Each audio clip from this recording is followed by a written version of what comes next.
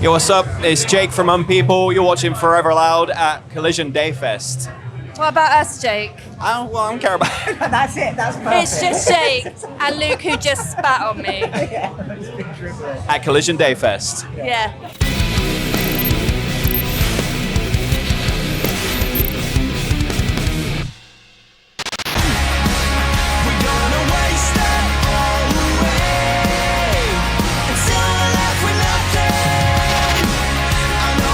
We have not been a band for very long, but things are going quite well, wouldn't you say, Luke? I agree with everything that Jake says in this interview. To actually answer your question, a brief history of this band would be, many years ago, me and Jake were in a band together called Future Love. That is true. Jake was a massive fan of a band called Prestamico. He met that band, Prestamico, which involved Luke. They became best friends. Don't meet your heroes. Jake then joined Prestamico. Prestamico then ended. They started a band. They needed a bassist, and they were like, we needed a bassist. And Jake was like, I was in this band with Meg. So then they asked me, and then we found a man in the jungle with amazing abs called Richie Rayner, and he plays drums, and that's the history. With the bassist, I'd like to add that searching for who was going to play bass for this band was quite literally a 10-month thing of me and Jake pulling our hair out, being like, who's going to play bass? Who's going to play bass? And then we found Meg because Jake was at my house, and Meg, it was just when you were moving down to London, and Meg had messaged Jake being like, do you want to come to our housewarming party? And Jake was on my sofa, and I was like, Jake, Meg. He was like, yeah, I'm going to go to a housewarming. I was like, no, Meg, as in Meg that you've already been in a band with that we completely forgot, and then now we're all here dribbling on each other. Amazing. Really, really good. We're in the privileged position that James from 2000 Trees was a really big fan of our old band, Prestamico. So we just put it to him that, hey, we're doing a new thing. And he was like, you want to play? And we jumped at the opportunity. So yeah, we did a handful of secret warm-up shows, and then 2000 Trees was the official unveiling. Yeah, it went incredibly well. Yes, indeed. Produced by us and Machine. So we teamed up and it's kind of like a co-producer Machine. Like, we recorded everything ourselves, and then it was like, let's get someone who really knows what they're doing to mix this. So we called Machine, and we were very fortunate that the relationship was great, and I think a big thing for this band was finding people and building a team around us of people that genuinely cared, and we had the luxury of sort of taking our time for the first time arguably ever in our sort of musical careers to really just slow down, be like, who do we want to work with, who's going to make the difference because they really care, who gets what we're doing. And Machine was at the top of that list in a person to jump on board, and his discography speaks for itself. It's insane. Really, really looking forward to people hearing the rest of it. Obviously, we've only put 2 singles out so far, but the response has been quite overwhelming. But just can't wait for people to hear the rest of it.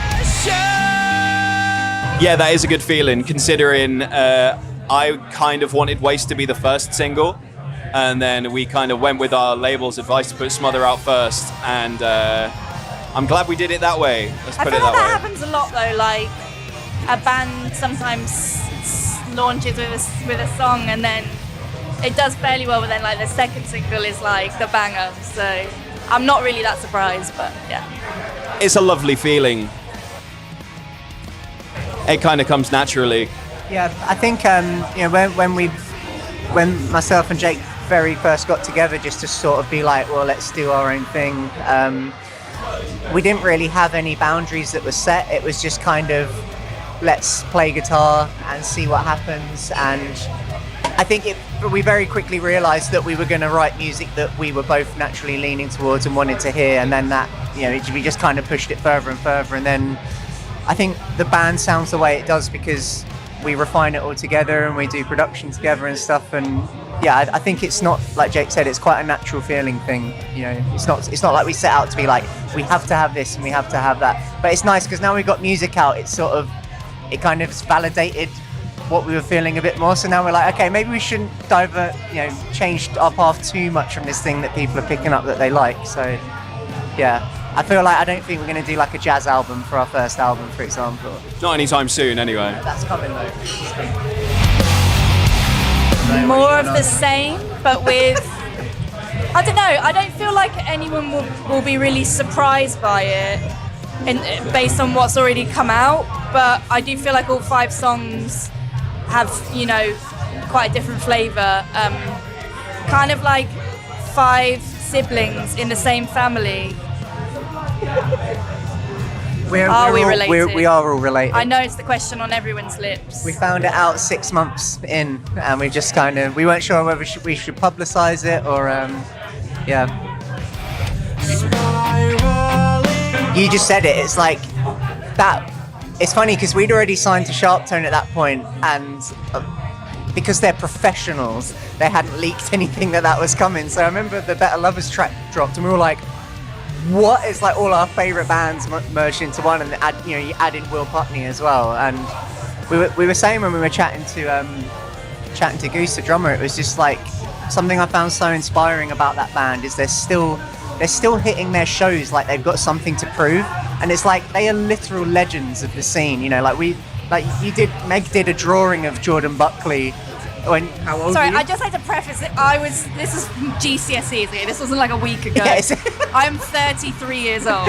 Okay, this was a long time ago. But that's it. It's like they've been around for so long and they've done so much, but they've still got arguably more enthusiasm than ever for this new thing. And it's just you can tell in the live shows how much they care about it, and they're probably one of the best bands at the planet doing what they do right now. Yeah. I don't say that lightly. I also really like that we went into that feeling like no one's ever heard of us. We've kind of got really lucky with getting these shows. Weren't really expecting too much from it, but then after the first show, like Goose, the drummer, came up to the merch stand and like grabbed a t-shirt, and then I think the next couple of nights, like a couple of them wore an Unpeople shirt on stage like every night, and it was just like looking at people that you idolize and they're like wearing your merch. It was mad. Quite a very feeling. Special, yeah, it was incredible. Really, really grateful to have been given that opportunity and to like prove ourselves on some bigger stages from the off as well. Before we even had music out was quite a feeling. Lots and lots of festivals this summer. And then hopefully some more like tour dates in the autumn. I heard that we were going to be like the Forever Loud banner for the rest of 2024. Like on the homepage, I'm pretty sure Ollie told me that you're going to land on the homepage and it's just going to be our faces along the top for as long as we... For the foreseeable, yeah. Foreseeable future.